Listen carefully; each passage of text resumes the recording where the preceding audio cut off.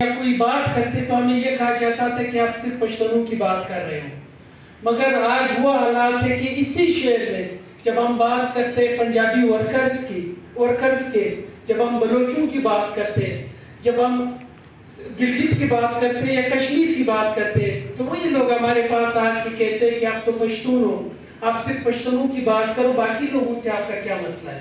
اس سے ایک ہی بات سمجھ آتی ہے کہ جب تک ہم متحد نہ ہو، جو اجتماعی مسائل ہیں ان پہ لاؤڈ اسپیکر ہے راشد رحمان صاحب سے، ان کا میں شکریہ بھی ادا کرتا ہوں کہ جب بھی کوئی اس طرح ایونٹ ہو ہم ان سے جب بھی گزارش کرتے ہیں تو وہ کہتے ہیں کہ ہم نے اسی لیے ریسرچ اینڈ پبلیکیشن سینٹر بنایا ہے کہ یہاں پہ وہ آوازیں اٹھے جن کو ہمیشہ طاقت کے ذریعے خاموش کرایا ہے۔ میں راشد رحمان صاحب سے ریکویسٹ کرتا ہوں کہ وہ آپ کے اپنے خیال رکھیں۔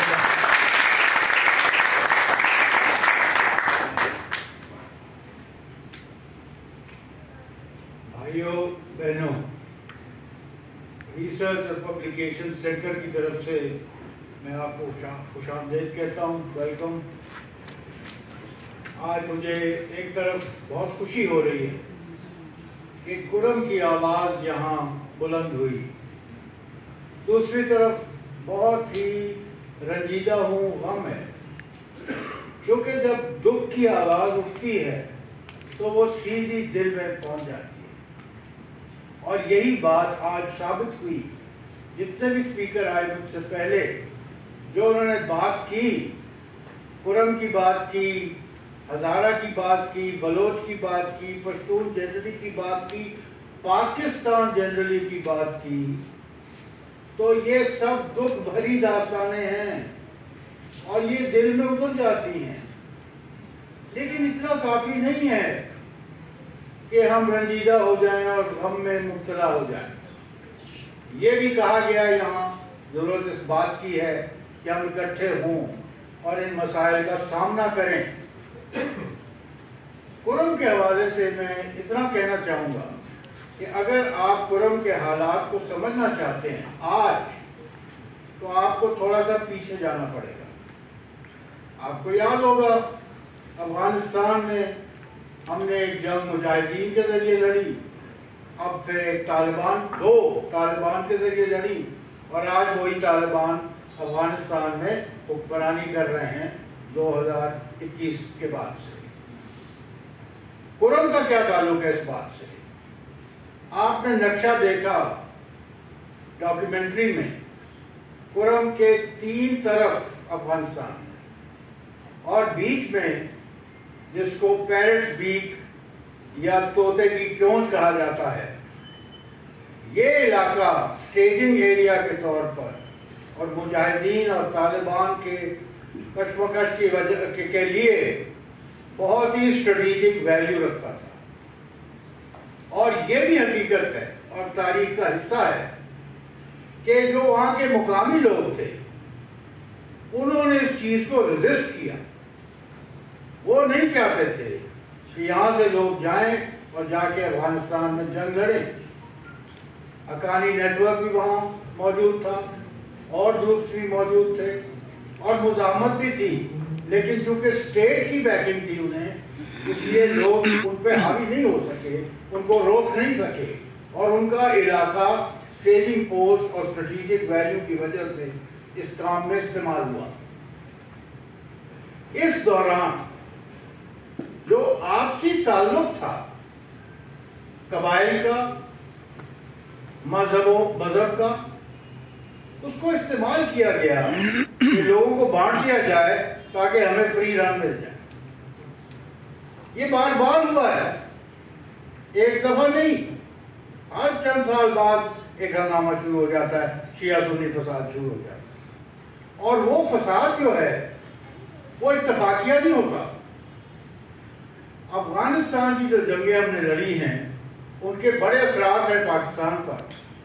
ایک اثر یہ ہے کہ ہم نے مذہب کو ویپنائز کیا۔ ویپنائزیشن میں سیکٹیرین بھی ہو گیا، سنی کے زیادہ تر مجاہدین یا طالبان اور شیعوں کے سخت خلاف تھے، تو آپسی جو تعلق تھا قرم میں شیعہ سنی کا، جو امن پر مبنی تھا، برابری پر مبنی تھا، بھائی چارے پر مبنی تھا، وہاں کیا کیا گیا؟ اگر جلوس نکل رہا ہے تو کوئی نازیبا نعرہ لگا دیا جائے، فائرنگ کر دی جائے، دھماکہ کر دیا جائے، تو ری ایکشن آئے گا، ری ایکشن میں 404 یہ آج بھی ہو رہا ہے۔ اب جو اصل سوال ہے میرے خیال وہ یہ ہے کہ چلیے ایک منٹ یہ مان لیں اگر کہ افغان جنگوں کے لیے قرم کو استعمال کیا گیا اور اس کے لوگوں کو بانٹا گیا، آپس میں لڑایا گیا، تو آج کون سی افغانستان میں ہم جنگ لڑ رہے ہیں جس وجہ سے یہ پھر بھی ہو رہا ہے؟ سوچنے کا مقام ہے۔ آپ کو پتا ہے کہ ایک جو سب سے بڑی حماقت پاکستان نے کی ہے وہ یہ ہے کہ یہ نہیں سمجھے کہ پراکسی کیا چیز ہوتی ہے۔ پراکسی وہ چیز ہوتی ہے جو آج آپ کا دوست بھائی ہے، کل آپ کے خلاف ہو جائے گا۔ یہ صرف یہاں نہیں ہوا، ملک کیا میں کہتا ہوں ساری دنیا میں ہوا ہے، لیکن ہم نے کچھ نہیں سیکھا کیونکہ سیکھنے کے ہم قابل نہیں ہیں یا قائل نہیں ہیں، یا کم از کم جو ہمارے اصل حکمران ہیں وہ قائل نہیں ہیں۔ تو ہم نے یہ سمجھا مجاہدین پہلے داؤد کے خلاف، یہ 73 سے کام شروع ہوا ہے بھٹو صاحب کے وقت، بہت لوگ جانتے نہیں اس بات کو کہ گلب الدین حکمت یار اور یہ لوگ جو ہیں یہ 73 میں آئے تھے پاکستان اور ٹریننگ تب سے شروع ہو گئی۔ داؤد کے خلاف استعمال کیا، پھر کمیونسٹ آ گئے ان کے خلاف استعمال کیا، پھر سوویت یونین آ گئی ان کے خلاف استعمال کیا، وہ تو پھر بڑی جنگ بن گئی نا، عالمی جنگ بن گئی۔ وہ ختم ہوئی جنگ، سوویت چلے گئے، حتیٰ کہ نجیب کی حکومت گر گئی، تو کیا ہوا؟ آپس میں لڑ پڑے، خانہ جنگی ہوئی۔ یہ میرا آنکھوں دیکھا حال ہے، اور مجھے یہ بھی پتا ہے کہ بے نظیر کی حکومت میں 1994 میں ترکمانستان میں میٹنگ کال کی گئی سب گروپس کی، مجاہدین کی، لیکن کوئی اتفاق نہیں ہو سکا، تو پھر ہم نے طالبان لانچ کر دی، سب کو معاف کر دیا، طالبان چڑھ گئے۔ طالبان نے اسامہ بن لادن کو پناہ دی، رکھا، اور جب 9/11 ہوا تو پشتون ولی یاد آ گیا، کیسے سرنڈر کریں بھائی؟ پشتون ولی کا استعمال غلط چیزوں کے لیے بھی ہو سکتا ہے، اس کی احتیاط کی ضرورت ہے بڑا اچھا اصول، میرا مہمان جو ہے میرا مہمان ہے، میں اس کا تحفظ کروں گا، لیکن اس کا مقصد کلچر کا کچھ اور تھا۔ یہ تھوڑی تھا کہ کوئی زیادتی کرتا جائے اور آپ کہیں ٹھیک ہے یہ تو ہمارا مہمان ہے۔ بھارت طالبان کو گرا دیا۔ یہی بات جو ہو رہی تھی ڈاکیومنٹری میں، تورا بورا کا نام آیا۔